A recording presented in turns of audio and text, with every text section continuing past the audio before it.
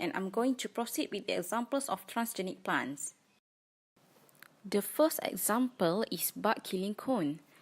Bacillus thuringiensis was first discovered by Shitegane Ishiwatari while investigating the death of a mass of silkworm caused by Soto disease in 1901. Ernst Berliner then rediscovered the bacteria and named it.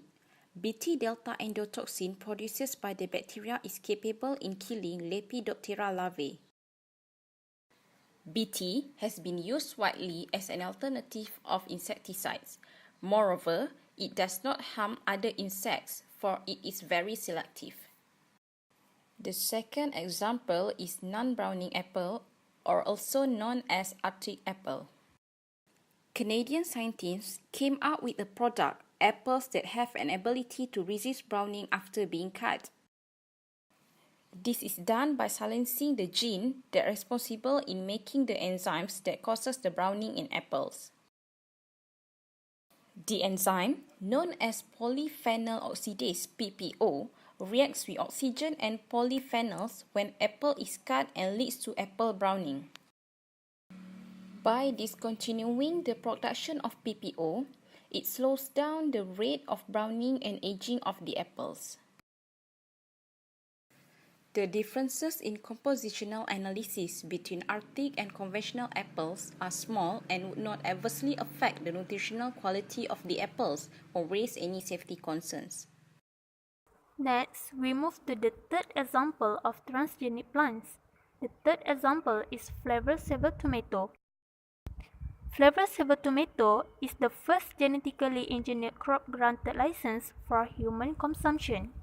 It was produced by Californian company Transgenic in 1992.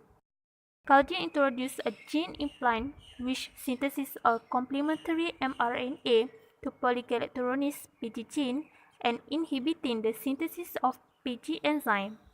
On May 21st in 1994, the genetically engineered flavored saver tomato was introduced. This was achieved by adding another gene that blocked the gene for the production of an enzyme which causes rotting, polygalacturonase. Due to various commercial problems, the tomatoes are no longer available. I will explain about the gene, which is flavored saver gene. Flavored saver gene is a strand of RNA that is reverse of the RNA that occurs in the plant. Original RNA produces enzyme polygalacturonase (PG).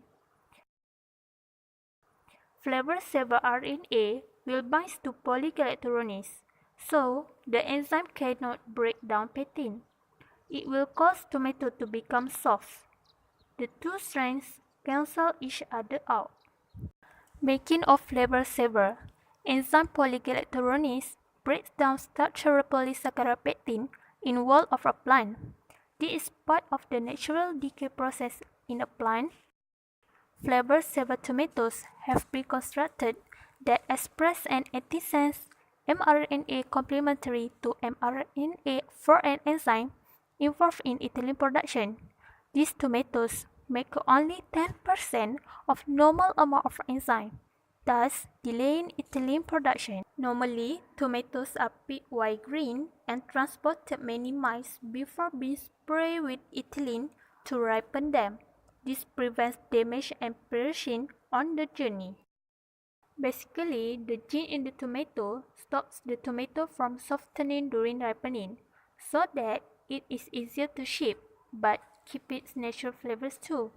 The tomato also has a much longer shelf life and keeps from spoiling quickly. As you can see, the image shows three sets of tomatoes. The ordinary control tomatoes soften and shrivel up, while the texture of gene silent tomatoes remains intact for up to 45 days.